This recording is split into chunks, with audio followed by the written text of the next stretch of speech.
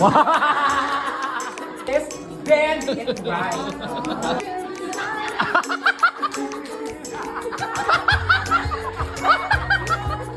Wow! Yeah! Saya, saya. Yeah! Yeah!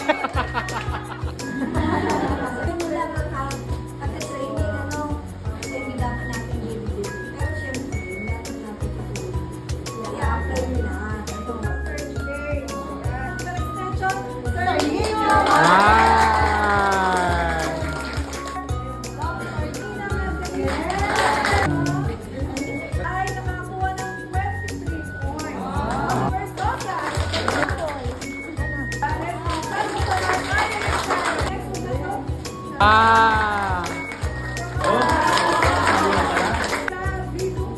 Wow!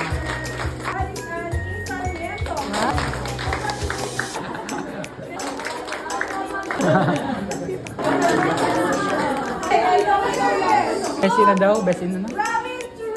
Wow! Go! Isang araw nagmamaliw sa bilang Gravity! Gravity! Go! Gravity! O diba? Ang akala ko pera. Charing. Charing lang. 2, 3, 1, 2, 3. Too good to be true. Ay, ma'am, bakit wala po kaming ganon? Charing. Most active. Wow! 1, 2, 3, yes. 1, 2, 1, 2, yes. 1, 2, yes. Stop, go. 1, 2, 3, 1, 2, 3, yes. 1, 2, 1, 2, yes. 1, 2.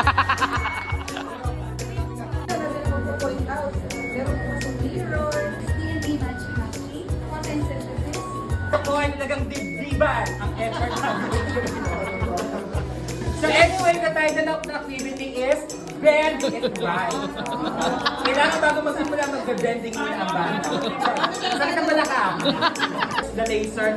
Ang sa grade 7 kasi wala pong ganito. Kaya hindi ko po alam kung ano po itong pinaglalagay nila. Ayan. Yung tubig nila yung lapis. Di ba most commonly yun ang ginagamit. Pero what happened or what did you observe? Minsan din like, ayun, diba, combination niya. Thank you po.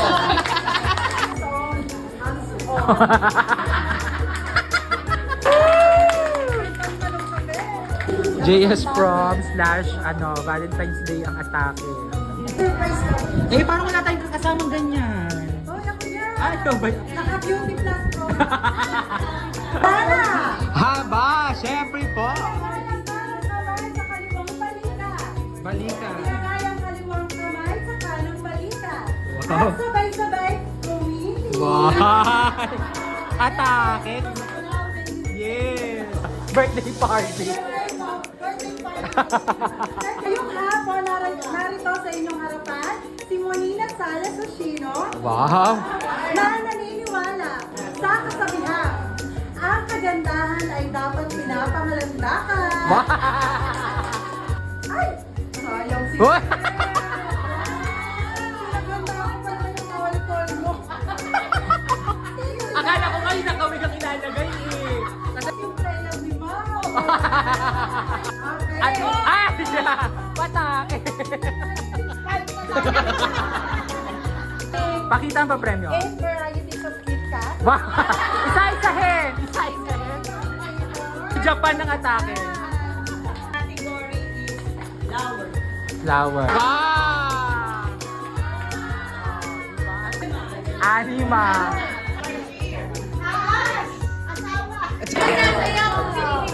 Ang tanong ko po, ano po yung 8 principles of space? Meron pong pa-price si Ma. Oh, may KitKat ka. May KitKat ka? Yeah. Stimulate. Na Bisaya ka. Bisaya ka dahil stimulate curiosity. Oh. Hindi ka na. Encourage learner involvement. Oh, sorry. 5 ang kunin mo. Emotional connection. Yo. Iba naman witty and question. Yun. Dr. Cecilia B. Castillo. Ano yung B? Ang tama po. Mali! Wow! Oh, wow! Ngayon, so samahan niyo po ako, no, habang sa aming session na ito. Hindi! Hindi! Hindi!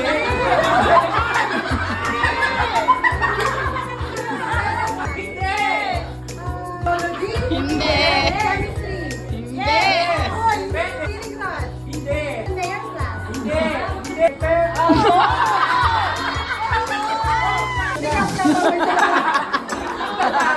May time sa...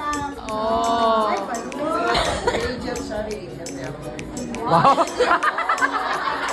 Nagamit sa subject ng chemistry. No. Is baseball. No! Lahat daw ng buwan sinabi ano. Volcano.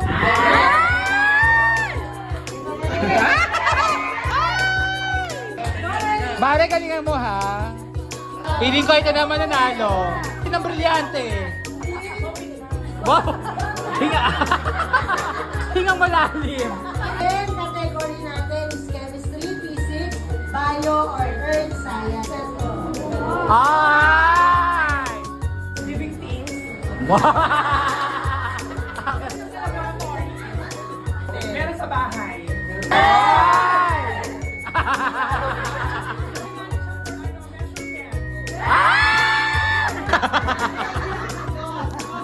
Ito kung paano po siya ng-form. For example, ito ba ay sa converting, ito po ba ay sa diverting. After po, masagot ng bata yung mga analysis questions.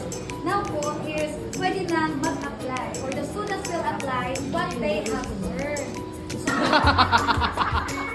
So, hindi lang lagi si teacher ang magpapaliwanag. Tatanggapin din ang idea ng kaklase. Okay? Kasi yung mga science concepts natin, created hands-on activities. Meaning to say, hanggang mula illicit, hanggang evaluation, hanggang extend, ini-encourage tayo, mga science teachers na gamitin yung mga hands-on activities. 1, 2, 3, 1, 2, 3. 1, 2, 1, 2, yes.